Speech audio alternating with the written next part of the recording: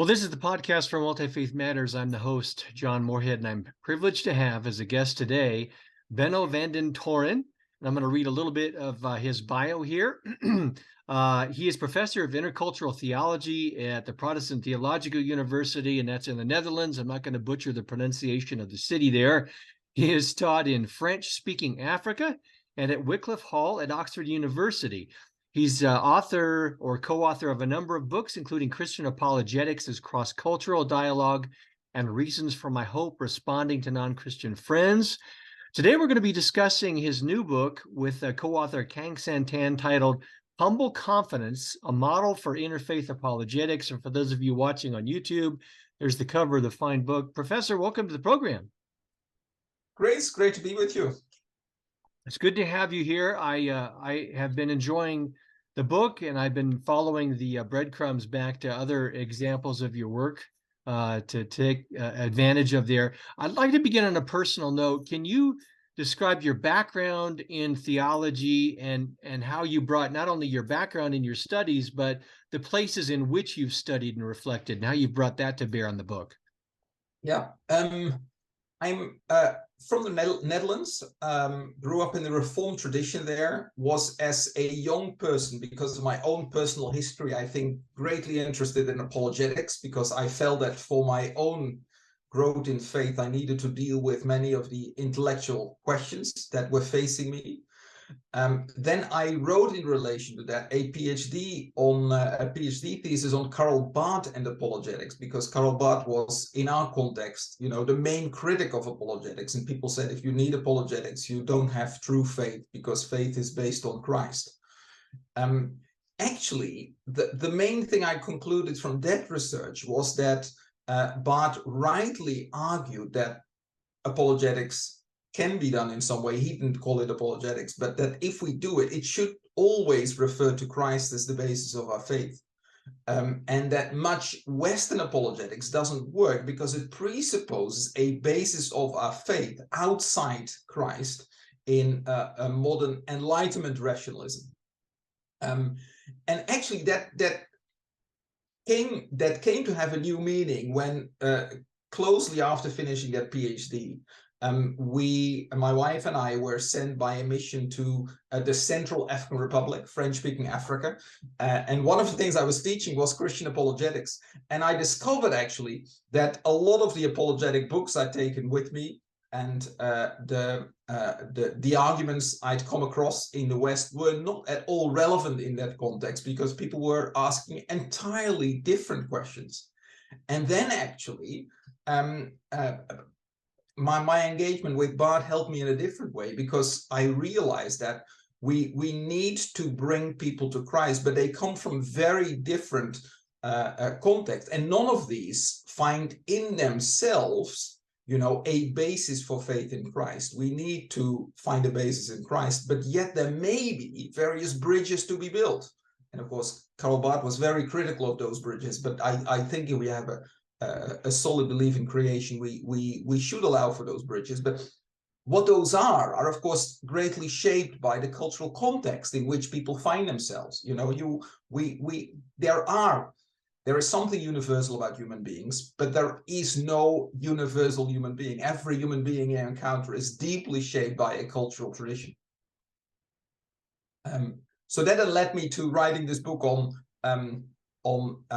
apologetics as cross-cultural dialogue, taking the rootedness, the cultural rootedness, and the rootedness in community of people much more serious. And then I came to know Kang-San Tan, and we thought that actually we would also need that in relating to people from other religions. And that then leads to this book about apologetics in relation to people with deep religious roots in other communities, in other traditions. It's a fascinating backstory. Can you elaborate a little bit on how you came to work with Kang-San Tan? And can you talk about those pieces of the puzzle? He is, in email communications with me, referred to you as the theologian in this, and he brings the cultural. But I think you both obviously have aspects of that. It's together, even though you may have areas of specialization. Yeah, so Kang-San Tan basically came from with his experience as a missiologist focusing on interreligious relations. My focus was more on apologetics. So in that sense, we had combined experiences and or different experiences, different theological baggage. But a shared sensitivity, which we discovered when we met first in Vancouver, later in Oxford, and then again in Malaysia, where our paths sort of crossed. And there is also a difference. When you think about interreligious apologetics, you realize that you can never cover that as a single author. And when we thought about more reflection on this, we thought maybe you need sort of a volume in which you ask specialists knowing these different religions. But then we realized actually that there is such a need for a deeper thinking about what apologetics is, that it would be better to write it with a small team of two. And then our experiences also combine that Kang-San has a lot of experience with Asian religions because he's from a Chinese theologian from Malaysia originally, now working in the UK. I had much more experiences, say, in a more secular context in Europe, where I grew up, and with primal religions in Africa, where Islam was also a major conversation partner. So together we felt also we could cover a number of main religious traditions. Let's talk about it may seem like a minor issue, but for folks who work in this area, it's an area of concern. And you talk about the definition of interfaith in the first part of the book. You're talking about interfaith apologetics, especially in American, I think in the UK context, interfaith, and I'm speaking in a generalization, it is a like-minded group of people from different religious traditions who want to work together. And in those contexts, apologetics and persuasion is just completely off limits. You're not using interfaith in that kind of definitional meaning. No, we've been doubting between interreligious and interfaith, and we used interfaith because we interreligious often studies religion as a purely human phenomenon, and we feel that all faiths, religious traditions, are in a way also responses to a transcendent reality. That's why we use interfaith. We actually think that one of the problems in the Western way of dealing with interreligious relationships is that people feel that there's a strong general idea that you can only really relate to people from other religions peacefully if you put your own religious commitments between brackets. And our own experiences that relating to other religious traditions, that's simply not true. People who are deeply religious are committed to certain truth claims, and there can only be mutual understanding if you take that serious. So we feel that actually, if you want to take people utterly serious, you need to take their truth claims seriously and therefore engage apologetically with them. So you're not going the more relativistic interfaith kind of way. This is something very different. This is something very, very different because there is a deep. It's based on a belief, deep conviction that that Christ is cross-culturally relevant, that this truth is a transcultural truth, valid for all, and that we want to share it. But that in order to do so, you need to realize that everyone you talk to is deeply embedded in a certain cultural context, in a community. And even as a Christian, you are also, there is no supracultural truth abstracted from a context. That's why we like the idea of transcultural truth. It's something you can share transculturally. But even the Christian truth, of course, was sort of originates from a specific historical, cultural context. But Christians believe that it's universally relevant. Well, as you know, we talked before we started recording. You've seen some of my work, and I'm so thankful to see it mentioned in your fine volume here. But years ago, I was involved in apologetics to new religious movements in the West, and I came to see serious problems with it. And I'll be honest, it did leave many times a bad taste in my mouth about apologetic approaches. You recognize some of these shortcomings, and you and your co-author are creating a new model. What led you, what did you see in the field that said, you know what, I think some of these Western approaches just aren't doing what they need to be doing? I think some of our developments in thinking about apologetics are parallel to yours in your search for a new form of apologetics. First, apologetics should be holistic. You cannot really relate merely to sort of the rational aspect of someone. You know, people are embodied human beings. They are emotional human beings. Their way of thinking is shaped by their affections. That is what they feel, what they desire, what they want, by their embodiedness in a community. So it should be holistic.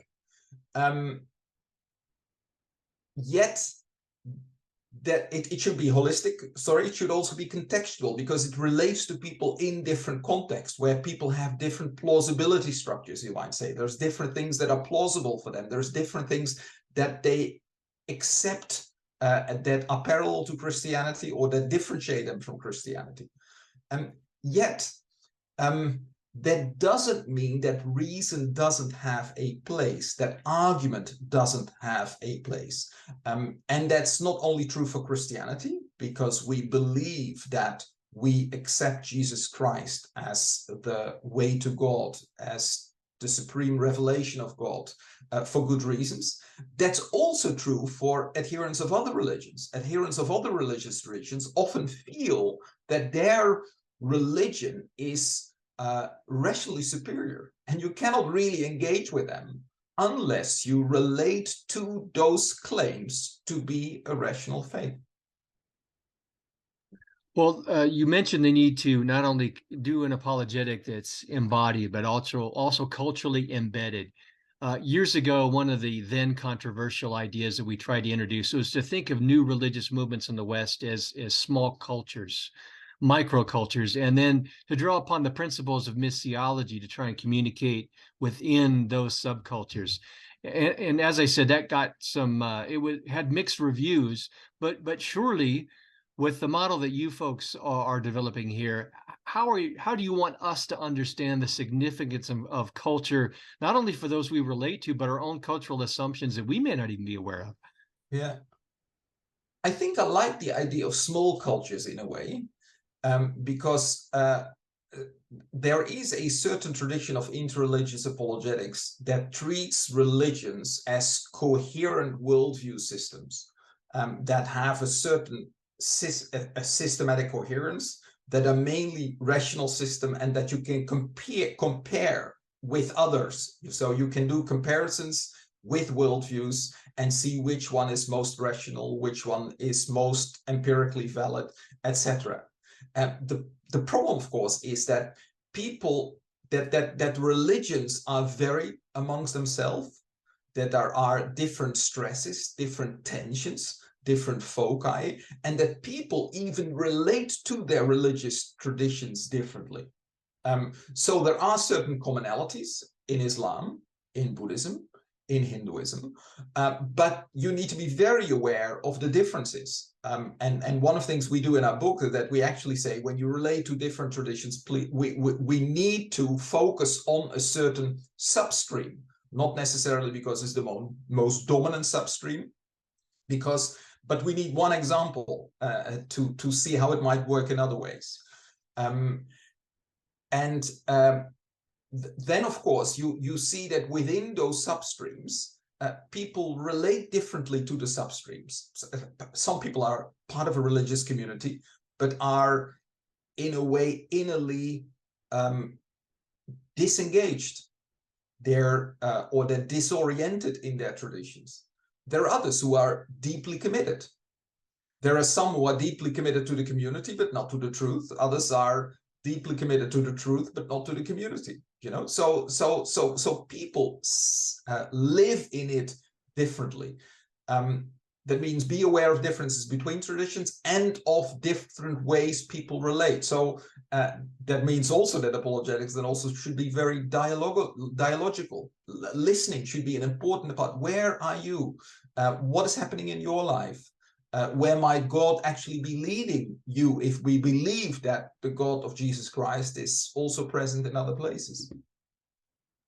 A couple of years ago, I read an intriguing article. I think it was from a social psychological perspective that was informing theology, and it talked about the need to shift from dialogos to diapathos. That is, we want to retain the logical, rational component of interactions, but we also recognize that human beings are emotional creatures where emotion and reason work together.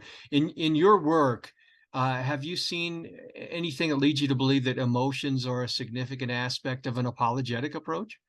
I guess so. Yeah, and we should be very careful not to say, you have a reason, an aspect of reason, an aspect of the will, an aspect of the emotions, as if you can neatly separate them. Right.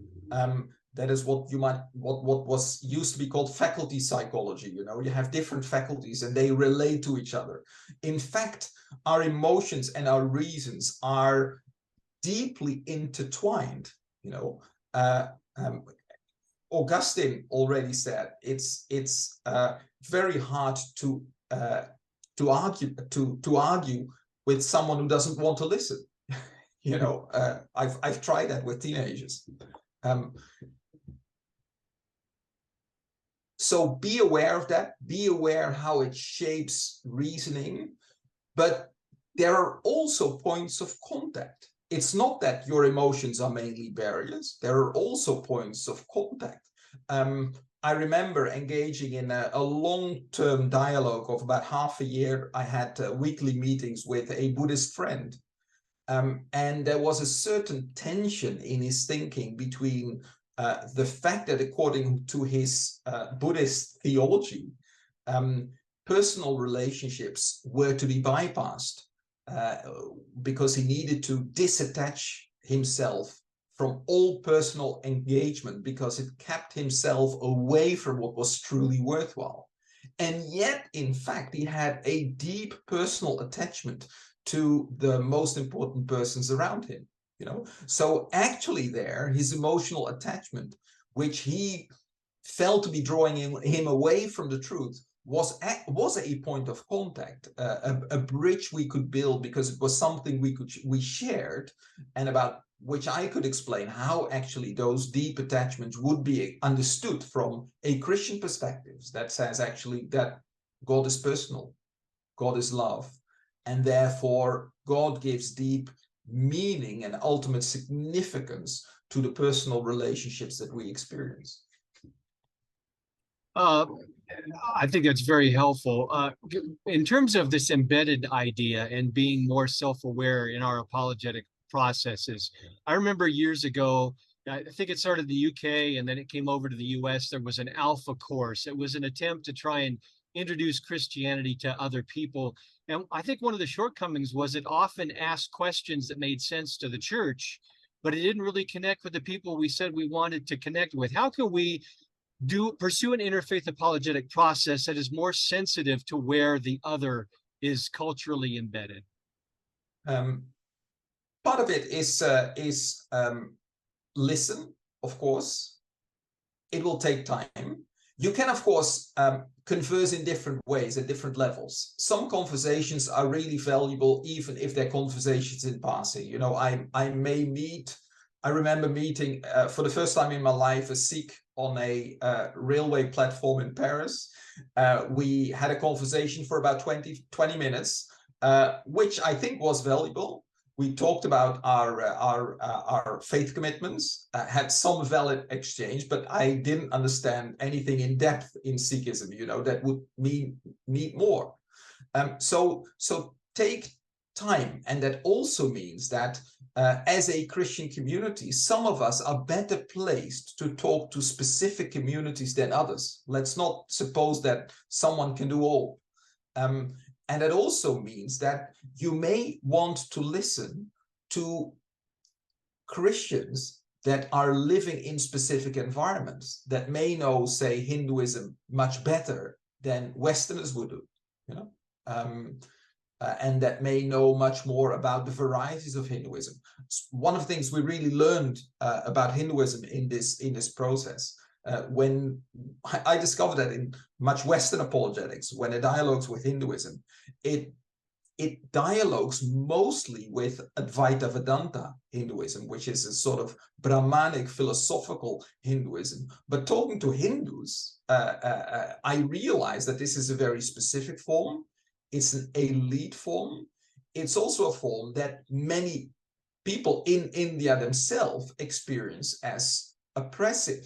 It's a group that claims that they are the real representatives of Hinduism, and others might not even recognize that. And it's great to realize that there are different forms of Hinduism. Some are much closer to primal religion. We actually, in our book, chose to dialogue particularly with Bhakti Hinduism because of its strong focus on devotion to a god, which is a great point of contact with Christianity.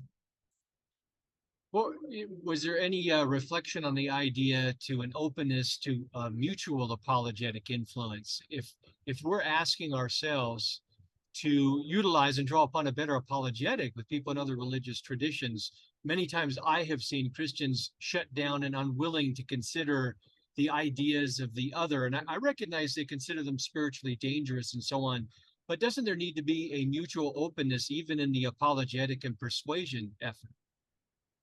I think there is a mutual openness, and in that sense, it is true that apologetics, a real apologetic dialogue, implies the risk, you might say, of conversion to the position of the others. Otherwise, I'm not truly open.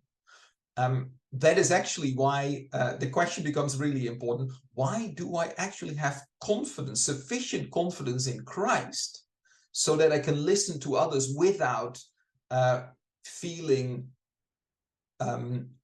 vulnerable? That is why we call our book Humble Confidence. This is about humble listening, yet being confident that we do not need to be scared to listen to others. Furthermore, as Christians, I think we have reasons to believe that we can learn from others while remaining Christians. We believe that we believe that the Holy Spirit is not shut up in the church. We believe that God the Creator can be known in other places, and that means that in dialoguing with others, we can learn, we can be enriched, we can be sharpened. So I think that a confidence in the ultimate significance of Christ does not exclude the possibility of learning, but we also need that confidence in the ultimate significance of Christ if we want to be truly open to others, and without a fear of others shutting us down.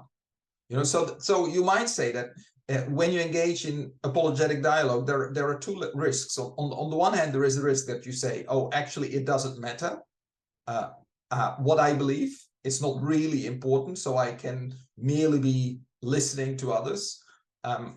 I think that cannot be an Orthodox Christian position. We cannot say, you know, that it doesn't matter whether Christ was risen or not, because our whole understanding of the hope for the world depends on that. So we should say it does matter. On the other hand, there is a risk, of course, that I know that it does matter, but I can't face it, therefore. And therefore I shut down upon myself without really listening. I'm just engaging with others in order to get my own arguments across, but I'm not really listening to what the others bring to the conversation. And that demands, of course, a significant growth in our own understanding so that we are able to engage with confidence. Well, I should have mentioned this at the beginning, but I do love just the title of your book, Humble Confidence. And it struck me at a time, for several years now, I've been working on trying to understand the psychology behind the theologies that evangelicals bring to the encounter with other religions. And one of the things that psychologists are really looking at now is the concept of humility. And it's usually defined as a rational awareness of the limitations of how much you know about another's politics or religion and what. And Yeah. that seems to me to be a little short-sighted. I disagree. I think instead of we need humility, certainly, but I like this idea of humble confidence. How did you and your co-author come to develop just that basic idea that you used in the title? Partly it is because I think we are aware that what we try to do in this book will not easily be welcomed. I think on the one hand, there are those who will say, if you engage in conversation with others, realizing that you yourself are rooted in a specific historic context, you are already a relativist. You know, they believe that we should do apologetics because we need to defend that we have an absolute truth. I believe we relate to an absolute truth, but we do not have it. That we have an absolute truth which is based on universally accessible rational basis that everyone who can see or need to accept. So they will not like our book. On the other end, there are many who would say, but if you engage in apologetics and interreligious dialogue, you're not really listening. You're only trying to get your idea across. So I think that what we do is not a middle road. It's not like being a bit relativist and a bit absolutist or so, as if you can do that in the middle. We try to show that you can be fully confident and fully opened, and in order to already relay some of the opposition we expect and we experience in dialoguing about this book, we say from the very beginning, we think that a combination of humility and confidence is possible. But it's also a pointer, I think, to the fact that in order to engage in apologetic dialogue well, it's not just about knowing the right arguments, being a quick debater. It's really about your attitude in relation to others, and your rootedness in the ground of our faith, which is Christ. Otherwise, it's not going to work. Well, I was also pleased to see that you're aware of the challenge of secularism. You yourself mentioned that was the environment you had been raised in, but you're dealing in the interfaith context. Do you think perhaps Western apologetics has been too focused on secularism and hasn't provided enough tools and reflection on navigating the waters of religious pluralism? It seems that that Western apologetics basically has one type of audience in mind, and that is the audience of, say, almost the secular scientist. You know, that's the ideal opponent is say the Oxford atheist. You know, there's a couple of problems with that. By doing that, you effectively raise this Western atheist or Western secularist or Western indifferent person or Western postmodern person on a pedestal, as if this is the most intellectual position possible and we need to relate to that. Actually, there are forms of Hinduism, Buddhism, that are very intellectually profound, maybe intellectually more profound. So we shouldn't put that position on a pedestal. It also means that you are developing apologetic arguments that will not relate to most people in the world. In percentage-wise, the number of atheists and agnostics is shrinking, you know, and it's small compared to, say, Muslims are not worried about science and religion. They're not worried about whether God exists. They're worried about completely different things. Yeah. But furthermore, there's not only an issue in relation to the rest of the world, there is also an issue in relation to the West itself. If you have that approach to apologetics, you basically make the well-educated secular person the norm of what the Western thinker does, and the West itself is so more divided. That's it's socially layered in terms of education, but you have new spiritualities. You have now people sort of locked up in conspiracy theories, very different again. And we need in the West to be very aware of these different audiences, and we might be able to relate to a intellectual secular culture and not have any way to converse with these other groups, or the other influences in the West, because you relate very well to in your work to new spiritualities, but it's not merely the case that you have these small groups of people who have committed to these new spiritualities. You have also these broader influence of these new spiritualities that many people play with, like, the number of people who do not consider themselves religious, but when confronted with death, they like the idea of reincarnation, is significant in our society. That's just one example. Yeah, it's always been curious to me when I see a lot of times in media accounts, even in Christian materials, to refer to so much to secularism. We certainly need to be aware of that, but it seems that the multi-faith, the interfaith context needs to be considered as well. You note in your book that you're writing for an upper graduate and graduate level, or undergraduate and graduate level.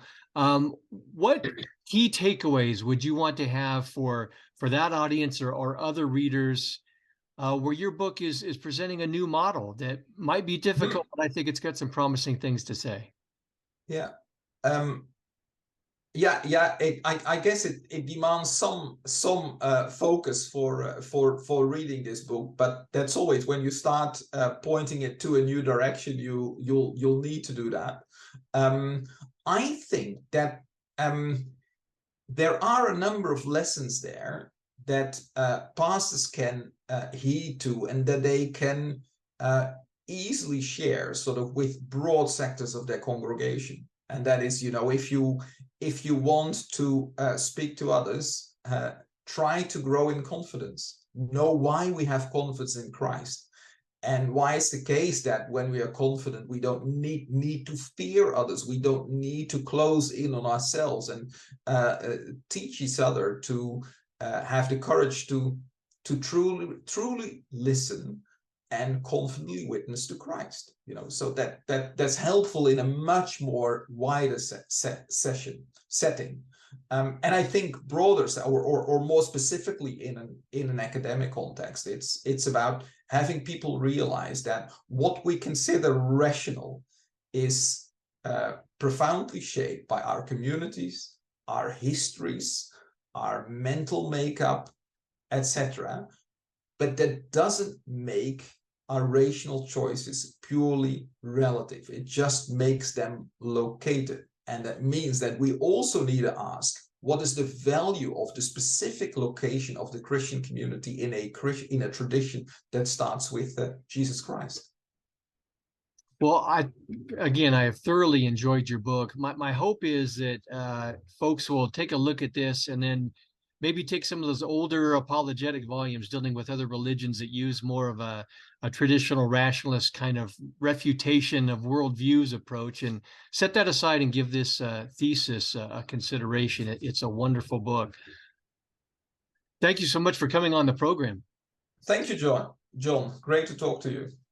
Well, I want folks to look at the program notes for this episode. You'll find a link to Benno's bio and a link to the book that he authored with Kang-San Tan. Again, that's Humble Confidence, a Model for Interfaith Apologetics. And I highly recommend it. Want folks to seek that out. Until the next episode of Multi-Faith Matters, I'm John Moorhead. Thanks for watching and listening.